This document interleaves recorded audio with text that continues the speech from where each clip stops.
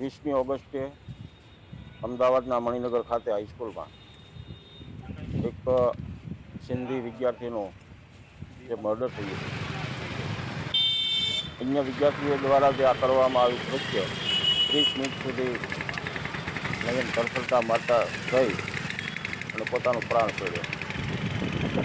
આવી રીતે સ્કૂલમાં રોજબરોજની ઘટનાઓ જો બનવા મળે તો સમાજ માટે એક લાલ બત્તી છે. આખો સમાજ આપણે જવાબદાર છીએ એના માટે. એટલે આવું ન બને વારંવાર, અથવા સૌ વાલી જાગૃત બને કે પોતાના સંતાનોને આ વિષયથી ગાઈડ કરી અને ભણતા નાની ઉંમરમાં આવા ઝઘડાઓમાં ન ઉતરવા માટે વાલીઓ સૌ સલાહ આપે.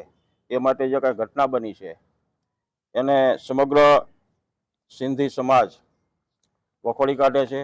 અને આજે મહુવા ખાતે અમારા પ્રાંત અધિકારી સાહેબને એક આવેદન દઈ અને જે ઘટના બની છે એમાં ચોક્કસપણે નયનને ન્યાય મળે એવું સરકાર પગલાં લે એવી અમારી સરકાર સમક્ષ રજૂઆત અમારા પ્રાંત અધિકારી દ્વારા આવેદન આપીને આપીએ છીએ. આજે દુઃખદ બનાવ બન્યો છે એ નયનને સૌથી પહેલા તો શ્રદ્ધાંજલિ. મા સરસ્વતીના મંદિરમાં પ્રસંગ બન્યો છે. આ ઘટના બની છે. ગુજરાત સરકારે પગલાં તો લીધા જ છે, પરંતુ અમારા સૌની મહુવા સમસ્ત હિન્દુ સમાજની એવી લાગણી છે કે આ લોકોને એવી સજા મળે કે બીજી વખત કોઈ પણ સ્કૂલમાં આવી ઘટના ન બને અને લોકોને ન્યાય મળે વ્યવસ્થિત. એની માટે અહીંથી અમે બધા લોકો સમસ્ત મહુવાનો હિન્દુ સમાજ અહીંયા આવ્યા છીએ અને આવેદનપત્ર આપ્યો છે. જે સ્કૂલમાં બન્યું છે એવી તે બીજી સ્કૂલમાં પણ આવું કોઈથી ન બને એની માટેની. અને બીજું ખાસ તો જે લોકોને બધાને અમે લોકોએ આમંત્રણ આપ્યું સિંધી સમાજે, અને દરેક લોકોએ અહીંયા આવી અને બધાને સહકાર આપ્યો. આપણો સૌનો પ્રસંગ છે, કાળવાર ગમે ત્યાં બની શકે આ ઘટના. તો લોકોને સૌનો અહીં આવેલા સૌનો ખૂબ ખૂબ આભાર. જે અમદાવાદની અંદર આજે દુઃખદ ઘટના બની છે એ બહુ જ દુઃખદાયક છે. દુઃખદાયક એટલે વાત ન પૂછો. આ હિન્દુ છોકરાના બાળક માથે, એટલા નાના બાળક માથે જે છરીઓ ચાલી, હિન્દુસ્તાનના એક એક હિન્દુની માથે છરી ચાલી છે. કોઈ એક બાળક માથે આજે એના બાપ માનો એક ને એક દીકરો જેની માથે છરી ચાલી, આજે એની હું દશા છે હું જોઈને આવ્યો છું. તમને ખબર છે એની હું દશા છે?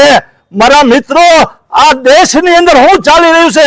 આ કુટ્ટણખાના, આ ખાના બંધ કરો જ્યાંથી આ શિક્ષણ મળે. આવડા બાળકો, નાના બાળકોને કાપી નાખ્યા. ક્યાં હાલે છે કુટ્ટણખાના? આવા કુટ્ટણખાના પેલા તો બંધ કરવા મારી સરકારને વિનંતી છે, જેથી આવા બનાવ કોઈ દી પાછા ફરી ન બને. એને એવી ને એવી સજા આપો, એવી સજા આપો કે બીજી વાર આવો બનાવ બનવાનો છે. મારા મિત્રો, સરકારને એ હાથ જોડીને વિનંતી કરું કે આના મા બાપને વિનંતી કરું, સબ બધાને મિત્રોને કે એને ન્યાય આપો, ન્યાય આપો. નકર આવા બનાવ બન્યા જ કરશે, બન્યા જ કરશે.